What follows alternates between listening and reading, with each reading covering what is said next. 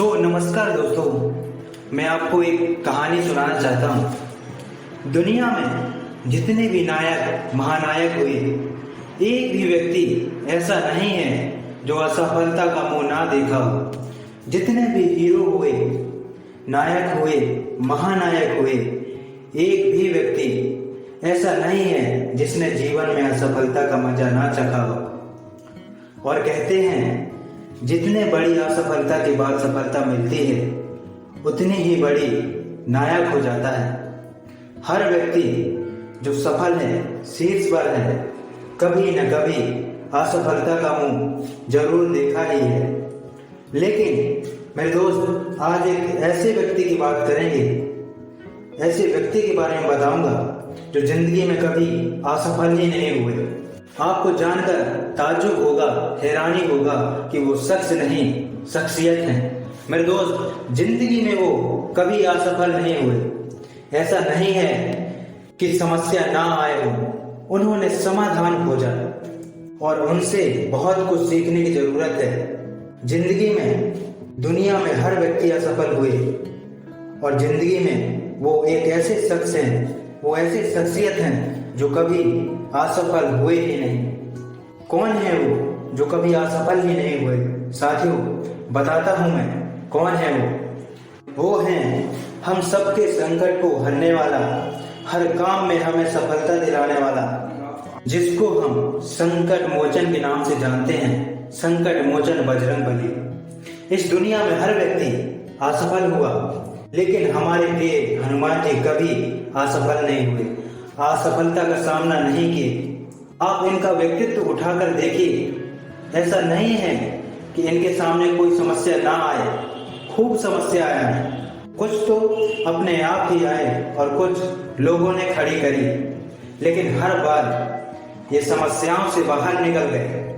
इसलिए जनमानस में एक ऐसे व्यक्ति हैं जिनको संकट मोचन कहा गया है और इनके मनोविज्ञान में एक चीज स्पष्ट रूप से है, वो है प्रसन्नमन। आप पूरा रामचरितमानस उठाकर पढ़िए। आप भगवान राम को सीता के वियोग में, सीता का हरण हो गया, भगवान राम रो रहे हैं। लक्ष्मण मूर्छित हो गए तो राम रो रहे हैं।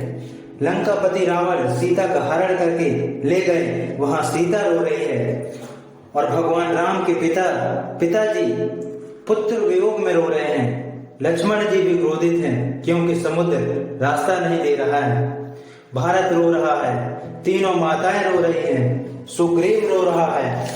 ये सब दुखी हैं, परेशान हैं, रो रहे हैं। लेकिन आपको ये शख्स रामायण के आरंभ से अंत तक प्रसन्न और शांत मिलेंगे, कभी भी उदास नहीं दिखेंगे। कभी इनके चेहरे पर उदासी नहीं आई, कभी टेंशन नहीं हुआ, कभी परेशान नहीं हुए। ये इनके चरित्र को दर्शाता है कि प्रसन्न मन आदमी को उस मुकाम तक ले जा सकता है जहां आप कभी नहीं पहुंच सकते। ये मैं नहीं कह रहा है। अगर आप रामचरितमानस उठाकर देखोगे तो आपको एक एक छंद, एक एक दोहा ये दर्शाता है।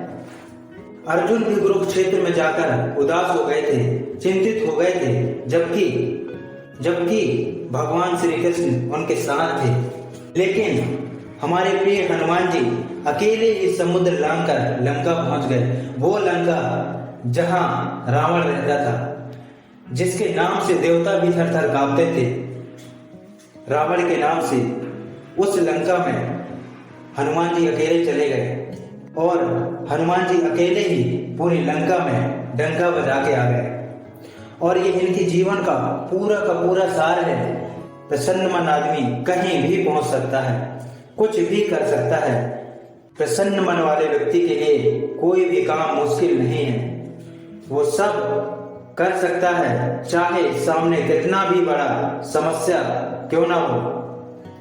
इसका सार यही है कि आप कोई काम करें, पूरा प्रसन्न मन से करें, सब आसान हो जाएगा। मेरे दोस्त, पूरे भारतवर्ष में अगर गौर करें, देखा जाए तो सबसे ज्यादा हनुमान जी के मंदिर मिलेंगे आपको। हर जगह जहां भगवान प्रभु श्री रामचंद्र जी होंगे, वहां हनुमान जरूर साथ में होंगे।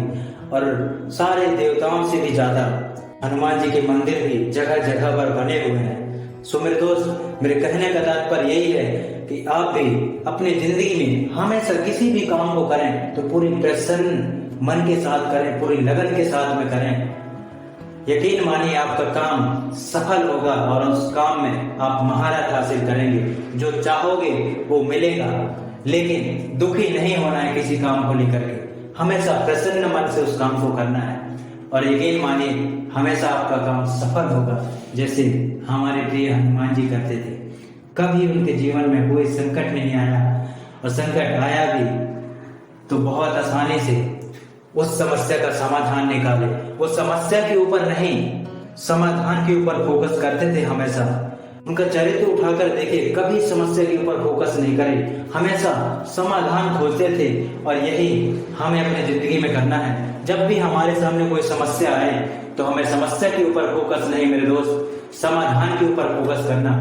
हर काम बेहतर तरीके से करोगे आप।